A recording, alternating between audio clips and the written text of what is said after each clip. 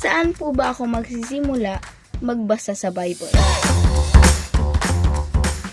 Hi, Father! Ako po si Pribian R. Magayon at nag-aaral po ako sa Melencio M. Castelo Elementary School.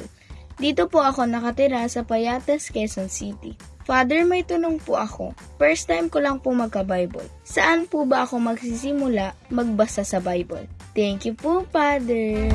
First of all, I would like to commend you for personally owning a Bible.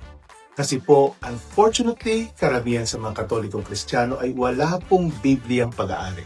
Second, I would like to thank you for your interest in reading the sacred scriptures at maunawaan ito. Because again, not everyone who owns a Bible ay interesado sa pag-aaral ng banal na salita. Because they treat their Bibles like artifacts to be enshrined in their home altars just to gather dust. But the Bible is meant to be read, to be proclaimed. So my advice to you is ask first the guidance from an expert in your parish or school on how to read and interpret the words from the sacred scriptures para po di ka maguluhan o malito o magkamali sa pagkakaintindi.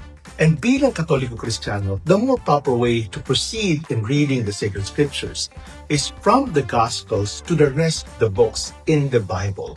Why? Because our faith is centered on Jesus Christ and rooted in the Trinity. Our reading of the scriptures is always in reference to the entire Christ event. And we read the Old Testament in the light of the person of Jesus Christ. Sa muli, nangangailangan ang masusing paggabay ng simbahan sa pag-unawa ng banal na kasulatan because we believe as Catholics that the deposit of faith are the sacred scriptures and the sacred tradition guided by the magisterium. So God bless you sa iyong pagbabasa ng Biblia. Sabi na nga, read the Bible, believe what you read, preach what you believe, and practice what you preach.